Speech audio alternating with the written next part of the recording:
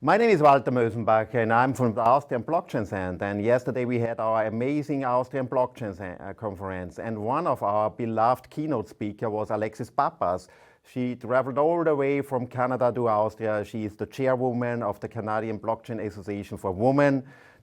She is a board member of the Canadian Blockchain Association, and she is the Chief Innovation Officer of Guild One. So Alexis, welcome here in our studio. How was the conference for you yesterday? Thank you so much, Walter. The conference was fantastic, and it was really exciting to see all of the diverse areas where Austria is building a lot of really cool innovation in blockchain. I met so many amazing people and actually some collaboration opportunities with other people who are working in blockchain and sustainability globally. And it was exciting to learn about everything from fintech and regulations to some of the technical innovation going on in smart contracts. So I'm so grateful to ABC Research for inviting me. It was just a fantastic experience. Thank you, Alexis. And you did your keynote on blockchain for a better world. Which current developments do we see? Yes, I think it's one of the best use cases for blockchain technology because technologies like tokenization and decentralized networks, as well as the integration of blockchain with other digital innovations like IoT and AI, are supporting more trust in our environmental and our social progress globally.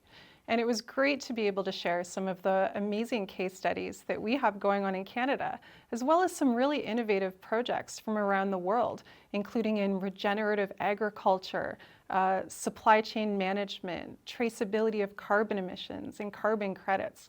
There's so much happening globally, and the more that we can develop international collaborations, the more progress that we're going to make towards our climate goals.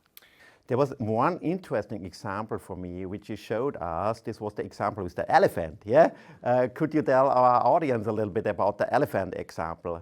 Yes, this is just one of my favorite blockchain sustainability case studies from a wonderful company called Rebalance Earth, which was developed with the participation of some high-level people at the IMF, as well as some really interesting technology and financial markets leaders.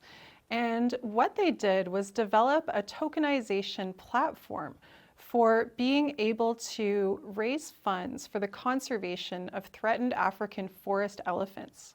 And the tokens actually represent carbon that are being sequestered by the elephants, which are known, like a lot of large mammals, as ecosystem engineers, because the activities they do have a big environmental benefit. And one of the really interesting things that this project found was that if poachers kill an African elephant, that elephant is then worth about US $40,000. But if you look at all of the carbon sequestered by elephants over their full life cycle, the elephant is actually worth almost $2 million US. Wow.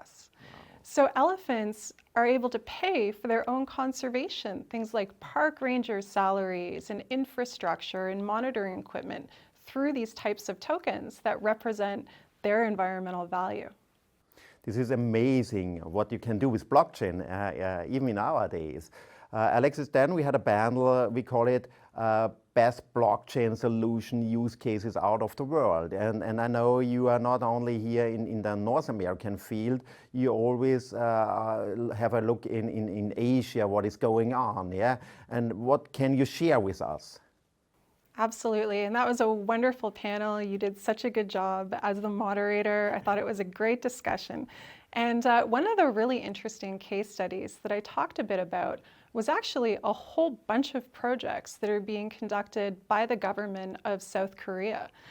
South Korea is putting about $150 million US into developing blockchain infrastructure for everything from government services like identity and driver's licenses, to building out grids for autonomous vehicles, to developing metaverses for each of their cities where people can go to access government services, but also interact with interesting sites within those cities and raise awareness to support tourism.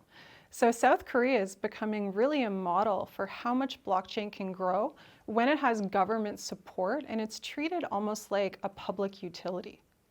So thank you, Alexis. Ladies and gentlemen, dear blockchain community, this was Alexis Pappas from the Canadian Blockchain Association. And we hope that we see Alexis again here in Vienna. Alexis, you are every time you are very welcome here in Vienna, and we hope you find new friends. Thank you, everybody. Thank you so much.